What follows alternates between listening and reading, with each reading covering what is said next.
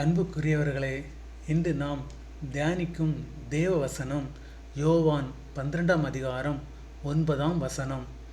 அப்பொழுது யூதரில் திரளான ஜனங்கள் அவர் அங்கே இருக்கிறதை அறிந்து, இயேசு நிமித்தமாக மாத்திரமல்ல, அவர் மரித்தோரில் எழுப்பின லாசருவை காணும்படியாகவும் வந்தார்கள் என்பதாகும். இந்த தேவவசனத்தில் மரித்த லாசரை உயிர்த்தெழ செய்து அற்புதத்தை செய்தார்.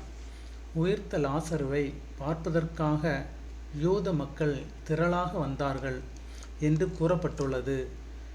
நாமும் கூட உண்மையான தேவனை மறந்து மகனுக்கு அல்லது மகளுக்கு நோய் தீராதா, நல்ல வேலை கிடைக்காதா, கடன் தீராதா என்று அங்கும் இங்கும் அற்புதத்தை தேடிக்கொண்டிருக்கிறோம்.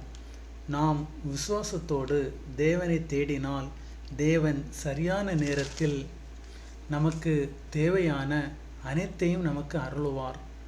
நாம் இன்றைய காலத்தில் உண்மையான தேவனை தேடுகிறோமா அல்லது யூதர்களைப் போன்று அற்புதத்தை தேடுகிறோமா? சிந்திப்போம்.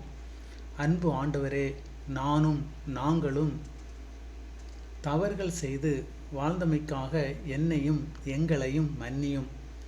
நாங்கள் அற்புதங்களை தேடாமல் உம்மை தேடும்படியாக எங்களை வழிநடத்தும். ஆமேன். Thank you, Jesus.